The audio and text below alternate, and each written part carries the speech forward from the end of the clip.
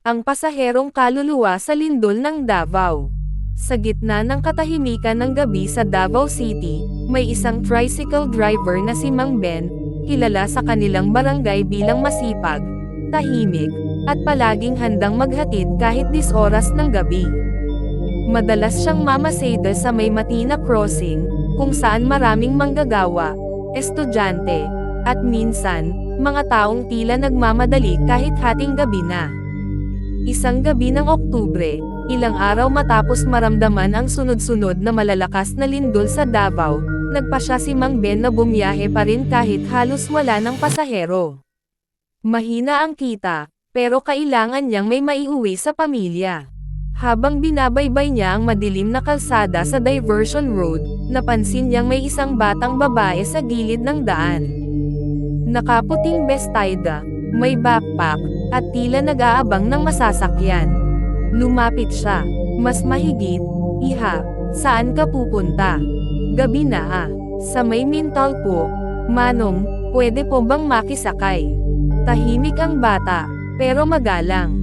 Pansin ni Mang Ben, malamig ang hangin sa loob ng tricycle kahit pinatay na niya ang bentilador. Inisip na lang niyang dahil siguro sa pagod o baka masama ang panahon. Habang tumatakbo sila, naramdaman niya ang kakaibang bigat ng tricycle.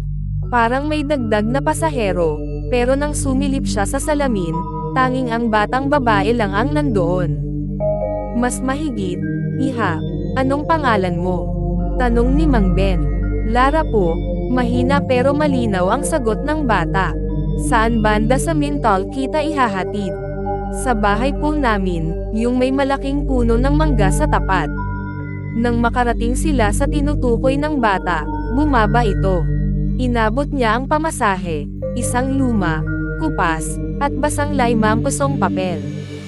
Mas mahigit, "Salamat po, Manong," sabay ngiti ng bata. Umalis si Mang Ben, pero napansin niyang basang-basa ang upuan ng bata, parang may tumulong tubig, malamig at may amoy lupa. Kinabahan siya, pero itinuloy na lang ang pasada. Kinabukasan, habang nagpapahinga sa terminal, nagkwento siya sa mga kapwa driver.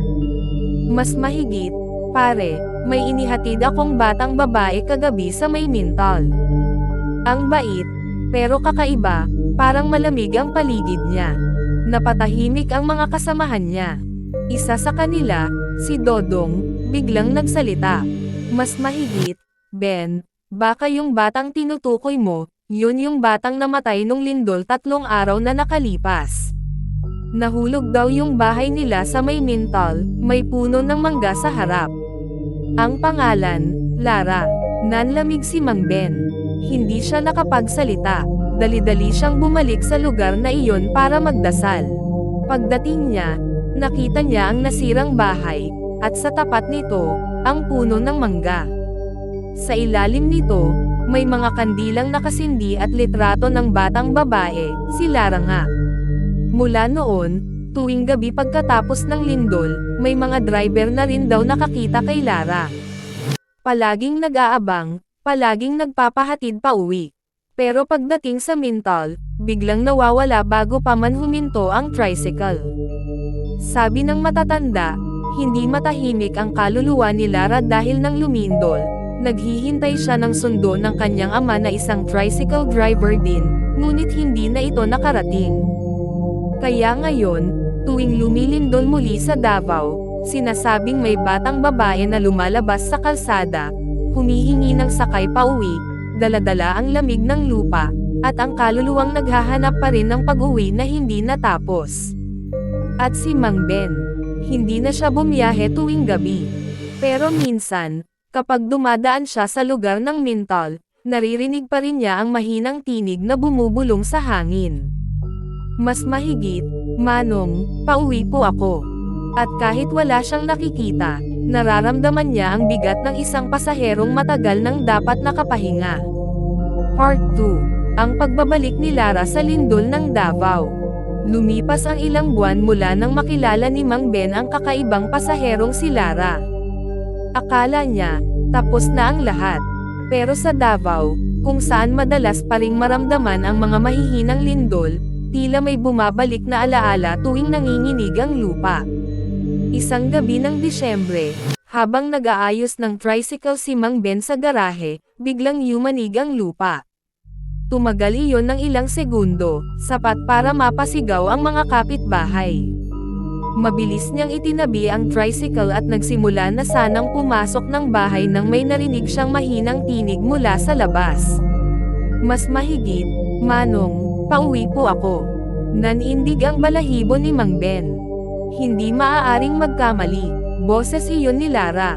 Lumabas siya at sinipat ang madilim na kalsada.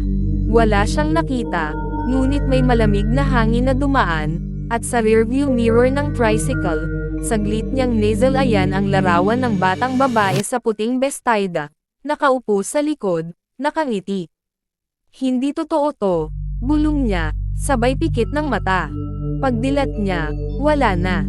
Pero alam niyang may kakaiba, dahil nang umupo siya sa tricycle, ramdam niya ang bigat sa likod, at ang basang upuan na parang katatapos lang umulan.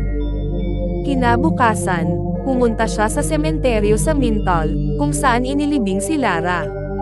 Doon niya nakita ang mga bulaklak na nalanta, at isang larwang manika na nakasandal sa lapida. Habang pinupunasan niya ito, biglang umihip ang malamig na hangin. Mas mahigit, "Manong, hindi pa po ako nakakauwi." Lamingga siya. Sa gilid ng puno ng mangga, may nakatayong bata, nakaputi, may ngiti sa labi, ngunit ang mga mata, itim, malalim, at walang buhay. Mas mahigit, "Lara, anong ibig mong sabihin?" Nanginginig na tanong ni Mang Ben. "Hindi pa po ako nasusundo," sagot ng bata. Kasi si Papa, hindi pa rin nakikita. Doon niya lamang nalaman ang buong kwento.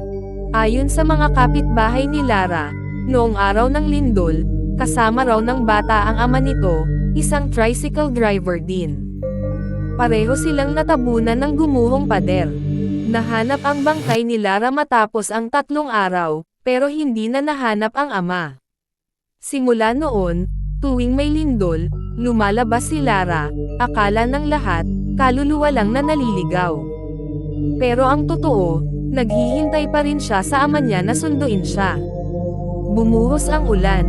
Nagtago si Mang Ben sa ilalim ng puno, habang si Lara ay dahan-daang lumapit. "Mas mahigit, Manong, pwede po ba akong sumama sa inyo? Baka sa daan, makasabay ko si Papa."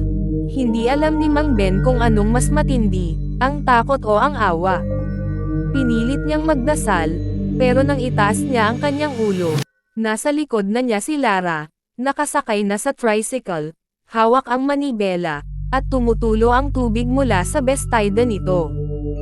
Biglang lumindol muli, malakas, umugang ang paligid, at sa gitna ng lindol, narinig niya ang sigaw ng bata. "Mas mahigit, Papa, ayan ka na." Isang liwanag ang bumalot sa buong kalsada. Pagsapit ng katahimikan, natagpuan si Mang Ben na nakahandusay sa gilid ng daan, walang malay. Pagkagising niya sa ospital, may nagsabi sa kanya, "Mas mahigit, Manong, may nakita kaming tricycle kagabi na tumakbo mag-isa. May 2 anino sa loob, isang matanda at batang babae." Pagkatapos ng lindol, bigla na lang naglaho. Nang bumalik siya sa sementeryo, napansin niyang nadagdagan na ang lapida sa tabi ni Lara, pangalan ng ama nito, na natagpuan sa ilalim ng guho matapos ang lindol. At simula noon, wala nang sino mang nakakita kay Lara sa kalsada ng Mintal. Pero tuwing may malakas na lindol sa Davao, may mga driver pa ring nagsasabing naririnig nila ang boses ng bata sa hangin. "Mas mahigit, salamat po, Manong, nakauwi na kami." At sa di kalayuan, maririnig ang mahinang ugong ng tricycle, parang humahaplos sa lupa, sabay sa pagyanig ng mundo.